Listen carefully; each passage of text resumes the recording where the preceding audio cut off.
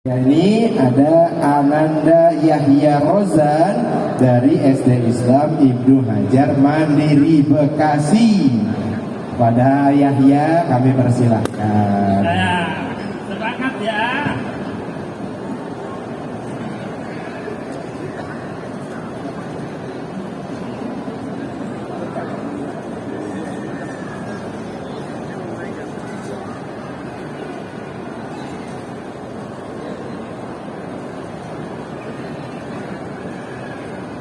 Coba dicek dulu, tes. Tes, Cek, tes, cek, cek, cok.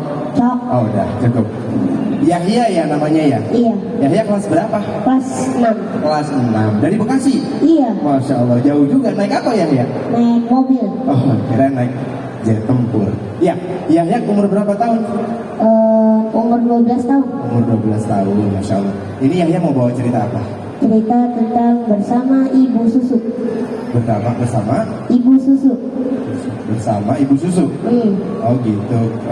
Udah siap? Udah. Ya udah, kabar mau dengerin kalau gitu ya. Ya. Oke. Sebelum sebelum Ananda Yahya mulai, yuk kita kasih semangat lagi buat Ananda Yahya. Semuanya takbir. Allahu Akbar. Ya, silakan Yahya. Assalamualaikum warahmatullahi wabarakatuh. Waalaikumsalam. Hai teman-teman semuanya, nama saya Yahya Rozan. Saya sekolah di SDI Islam Ibnu Hajar Mandiri. Alhamdulillah saya sudah kelas 6. Saya akan menceritakan tentang bersama ibu susu. Teman-teman sekalian, tahu nggak pada tradisi Arab dahulu, kalau ada bayi-bayi yang lahir, mereka akan dibawa oleh para ibu-ibu atau para wanita yang berasal dari pedalaman di desa yang bernama Bani Sa'ad. Apa tujuannya?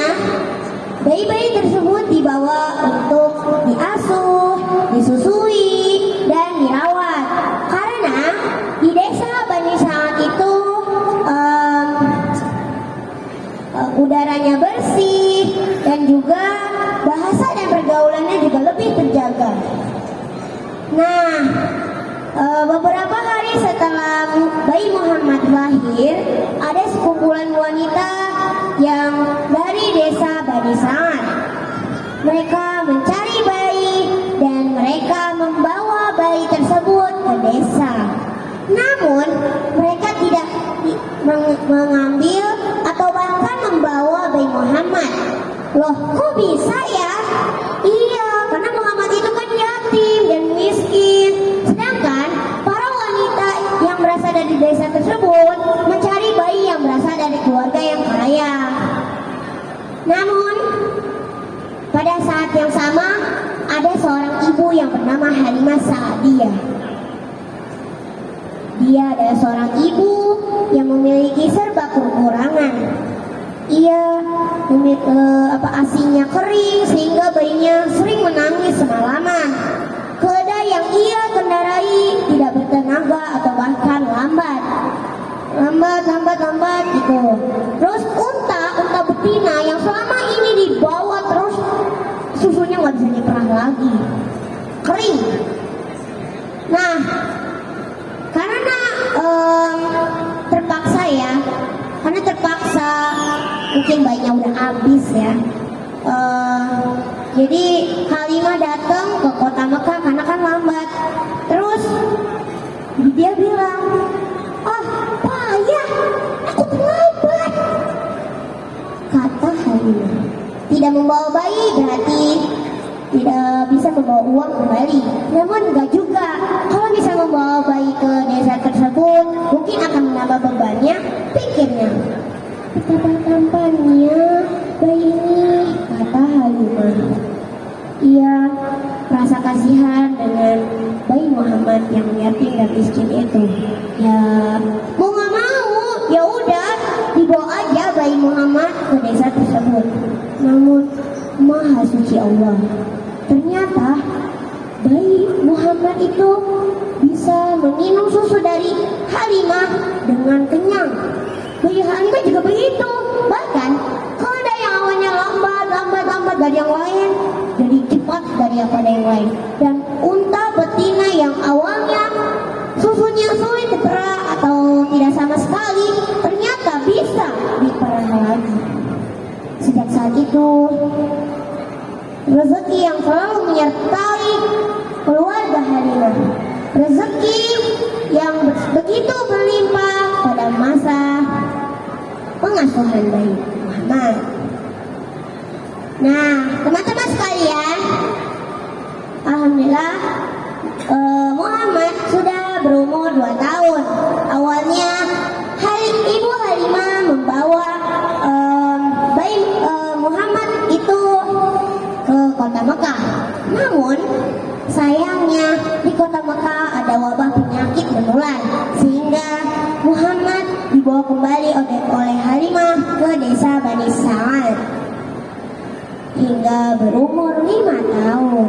Teman-teman, tahu gak sih ada kejadian yang sangat berbahaya atau bahkan bikin trauma loh? Hah? Kok bisa sih? Jadi ini nih teman-teman semuanya. Jadi Muhammad dan teman-teman sedang bermain di desa. Masa mau di mana sih? Terus tiba-tiba ada laki-laki asing yang bukan dari desa itu. Ia mendekat dan dia menentangkan Muhammad ke tanah. Lalu dada Muhammad dibelah dan hatinya diambil, lalu dicuci dengan air Zam-Zam, lalu dimasukkan kembali, dan laki-laki asing itu begitu saja pergi, gak ada salah, makanya ngaku.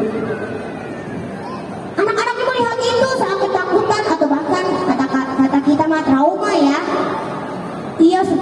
Mereka segera melapor kepada Ibu Halimah. Saat dia mendengar itu, Ibu Halimah sangat panik dan segera menyusul Muhammad yang sedang tiduran. Namun anehnya, kok Muhammad sudah segar bugar ya? Kenapa ya? Terus kok gak ada luka? Aneh banget, kok gak ada luka sih? Terus kayaknya senang aja. Ternyata apa yang terjadi saudara-saudara? Ternyata lelaki asing itu adalah jelmaan malaikat Jibril alaihi salam. Ia diutus oleh Allah Subhanahu wa taala untuk mencuci hati Nabi kita Muhammad sallallahu alaihi wasallam.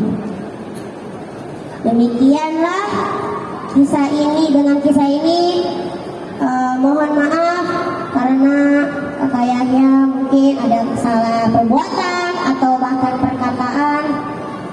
Saya cukup. Wabillahi taufiq wal hidayah. Wassalamualaikum warahmatullahi wabarakatuh.